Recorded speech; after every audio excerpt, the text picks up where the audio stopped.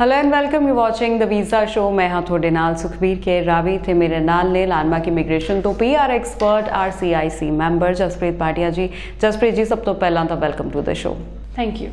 Okay Jaspreet ji, daily ना बहुत छोटी छोटी क्वेरीज आंदियां सानू थोड़ा शो देख के PR ਦੇ ਰਿਗਾਰਡਿੰਗ बड़े छोटे छोटे क्वेश्चन लेकिन बहुत इंपॉर्टेंट क्वेश्चन है जिन्हों के आंसर ਜਿਹੜੇ ਐਪਲੀਕੈਂਟਸ ਉਹਨਾਂ ਨੂੰ ਵੀ ਕਿਤੋਂ ਨਹੀਂ ਮਿਲਦੇ ਤਾਂ ਹੀ ਉਹ ਸਾਡਾ ਸ਼ੋ ਫੋਲੋ ਕਰਦੇ ਨੇ ਤੇ ਅੱਜ ਅਸੀਂ ਉਹਨਾਂ ਦੇ ਕੁਐਸਚਨਸ ਨੂੰ ਐਡਰੈਸ ਕਰਨ ਜਾ ਰਹੇ ਹਾਂ। ਤੇ ਕੁਐਰੀਜ਼ ਆਂਦੀਆਂ ਨੇ ਜਿੱਦਾਂ ਕਿਸੇ ਨੇ ਅਗਰ ਐਕਸਪ੍ਰੈਸ ਐਂਟਰੀ 'ਚ ਆਪਣੀ ਫਾਈਲ ਲਗਾਈ ਹੈ ਔਰ ਫਾਈਲ ਲੱਗੇ ਨੂੰ ਬਹੁਤ ਟਾਈਮ ਹੋ ਗਿਆ, ਉਹਨਾਂ ਦੀ ਆਇਲਸ ਐਕਸਪਾਇਰ ਹੋਣ ਵਾਲੀ ਹੈ ਜਾਂ ਹੋ ਰਹੀ ਹੈ ਜਾਂ ਹੋ ਗਈ ਐਂਡ ਜਾਂ ਕਿਸੇ ਨੇ ਮੈਡੀਕਲ ਕਰਵਾਇਆ ਔਰ ਐਕਸਪ੍ਰੈਸ ਐਂਟਰੀ 'ਚ ਫਾਈਲ ਲਗਵਾਏ ਨੂੰ ਬਹੁਤ ਟਾਈਮ ਹੋ ਗਿਆ, ਮੈਡੀਕਲਸ ਐਕਸਪਾਇਰ ਹੋਣ वाले ने या फिर एक लैवल ते आके एज लॉक हो जाती है, इदा के क्वेश्चनस बहुत आते हैं। किस तरह इन्हों डील करना चाहिए जोड़े एप्लीकेंट्स ने? बिल्कुल, सब तो पहला आप एज फैक्टर बारे गल कर लें। जो आप अपना एक्सप्रैस एंट्री प्रोफाइल बनाने बहुत लोगों को एक कन्फ्यूजन होंगी है कि मेरा हुण बर्थडे अगले 2 महीने च आ रहा है, ड्रॉ नहीं निकलिया।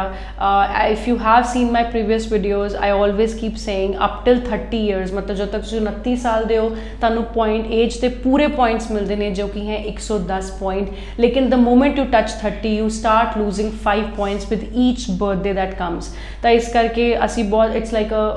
ऑल्सो असी भी जो क्लाइंट्स नाल देखते हैं तो क्लाइंट्स अपने बर्थडेज़ नू हमेशा पहला एक्साइटेड होंगे हैं, बट जो एक्सप्रैस एंट्री प्रोफाइल क्रिएट हो जाता है they start fearing their birthdays just because of the reason कि जो उन्होंने बर्थडे अगला आएगा उन्होंने 5 पॉइंट होर लूज हो जाएंगे। तो लेट्स टॉक अबाउट कि एज कदों लॉक होंदी है जो आप एक्सप्रैस एंट्री प्रोफाइल बनाने। जो तुसी एक्सप्रैस एंट्री प्रोफाइल क्रिएट किया है, फॉर एग्जाम्पल ताड़ी एज अज 31 हैगी है एंड ताड़ा बर्थडे अगले 10 दिनों है, अगर ताड़े birthday express entry profile create हो गया उस तो पहला अगर आपां नू ITA आ जाती है, मतलब ड्रॉ च अपना नाम फाइल चक्की जाती है ताड़ा लॉक हो जाएगी एज इनविटेशन टू अप्लाई तो बाद। But before that for example अजकल ड्रॉ नहीं निकल रही था, जिन्होंने लोगों ने अपनी फाइल जनवरी फरवरी च लगाई सी उन्हों का बर्थडे अगर हुणे मई जून अप्रैल कितने निकल के गया है, your score automatically with fall bye 5 points. तो मतलब ये होया कि एज अपनी अंटिल ITA लॉक नहीं होंदी, your age keeps decreasing till the time तुहानू invitation to apply for your PR नहीं आता। But once you receive your invitation to apply तो आप सारे पेपर अपने पाते PR की फाइल ते, उस तो बाद जिन्ना मर्जी टाइम वीज़ा ऑफिसर ताड़ी फाइल ते डिसीजन दे ले, your age is not going to get impacted. So one is this, age does not gets logged at express entry profile, age only gets logged once you receive invitation to apply for PR। दूजा तुसी question पूछा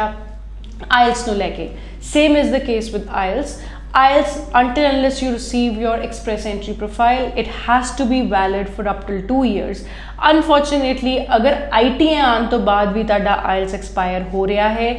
IELTS does not gets logged at any stage, मतलब कि ना ही express entry profile create करन दे time ते ना ही ITA आने तो बाद। अगर ताड़ा ITA आने तो बाद भी IELTS 10 दिन बाद एक्सपायर हो रहा है तावी तानू अपना फ्रैश IELTS करना पेगा एंड उन्होंने अपडेट करना पेगा सिस्टम दे विच, otherwise your file is going to become ineligible. So this is something very important. IELTS at no stage gets logged, the IELTS validity should be at least for 2 years।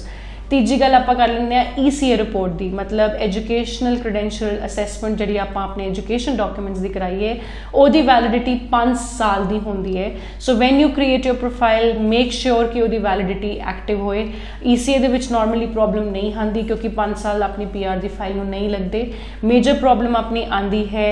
As नू लैके IELTS नू लैके। एक होर problem अपनी आती है proof of funds नू लैके, जिवें आपां हुणे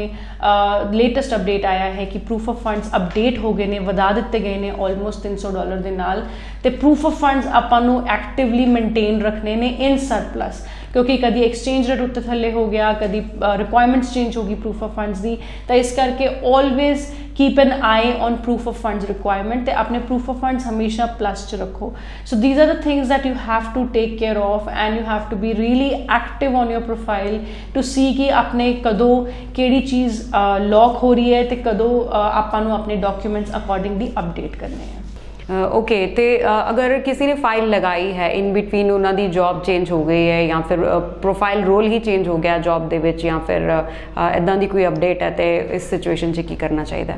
ਬਿਲਕੁਲ ਅਗਰ ਆਪਾਂ ਐਕਸਪ੍ਰੈਸ ਐਂਟਰੀ ਪ੍ਰੋਫਾਈਲ ਕ੍ਰੀਏਟ ਕੀਤਾ ਹੈ ਮਤਲਬ ਆਪਾਂ ਉਹ ਐਕਸਪੀਰੀਅੰਸ ਆਲਰੇਡੀ ਗੇਨ ਕਰ ਚੁੱਕੇ ਹਾਂ ਪਿੱਛੇ ਵਾਲਾ ਤੇ ਇਸ ਕਰਕੇ anything that is being changed in your present life with regards to your work experience does not need to be updated to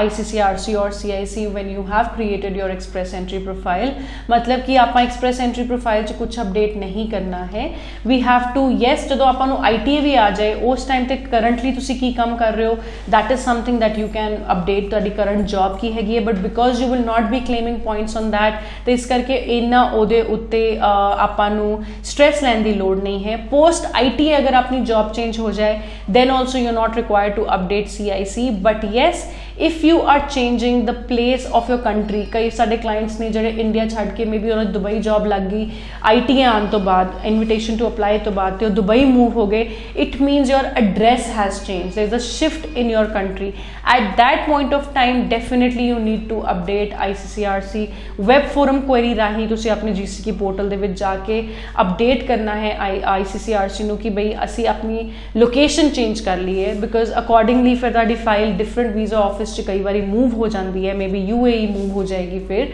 so that's the reason it is very very important for you to update your address change of address information if you are in your post ITA condition but otherwise ਤੁਸੀਂ unemployed ਹੋ after you made a submission of your application ਤੁਸੀਂ ਉਹ job ਛੱਡਤੀ ਜਿਹਦੇ ਤੇ ਤੁਸੀਂ points claim ਕੀਤੇ ਸੀ it is absolutely fine ਜੀ ਤੇ ਬਹੁਤ ਹੀ ਇੰਪੋਰਟੈਂਟ ਇਨਫੋਰਮੇਸ਼ਨ ਸੀਗੀ ਅੱਜ ਦੇ ਐਪੀਸੋਡ 'ਚ ਜੋ ਕਿ ਜਸਪ੍ਰੀਤ ਜੀ ਨੇ ਦਿੱਤੀ ਕਿ ਕਿਸ ਤਰ੍ਹਾਂ ਅਗਰ ਤੁਸੀਂ ਪ੍ਰੋਫਾਈਲ ਆਪਣੀ ਲਗਾਈ ਹੋਈ ਐਕਸਪ੍ਰੈਸ ਐਂਟਰੀ 'ਚ ਤੇ ਇਨ ਬਿਟਵੀਨ ਜਿਹੜੇ ਚੇਂਜਸ ਆਉਂਦੇ ਨੇ ਉਹਨਾਂ ਨਾਲ ਕਿਸ ਤਰ੍ਹਾਂ ਡੀਲ ਕਰਨਾ ਹੈ ਔਰ ਅਗਰ ਫਿਰ ਵੀ ਤੁਹਾਨੂੰ ਜੇ ਕੁਝ ਨਹੀਂ ਸਮਝ ਆ ਰਿਹਾ ਤੁਸੀਂ ਸਕਰੀਨ ਤੇ ਦਿੱਤੇ ਹੋਏ ਨੰਬਰ ਤੇ ਕਾਲ ਕਰ ਸਕਦੇ ਹੋ ਤੁਸੀਂ ਸਾਨੂੰ ਈਮੇਲ ਵੀ ਕਰ ਸਕਦੇ ਹੋ ਜਾਂ ਆਫਿਸ ਆ ਕੇ ਵਿਜ਼ਿਟ ਵੀ ਕਰ ਸਕਦੇ ਹੋ ਜਸਪ੍ਰੀਤ ਜੀ ਅੱਜ ਦੇ ਐਪੀਸੋਡ 'ਚ ਆਉਣ ਵਾਸਤੇ ਔਰ ਇੰਨੀ ਇੰਪੋਰਟੈਂਟ ਇਨਫੋਰਮੇਸ਼ਨ ਦੇਣ ਵਾਸਤੇ ਤੁਹਾਡਾ ਬਹੁਤ ਬਹੁਤ ਥੈਂਕਸ thank you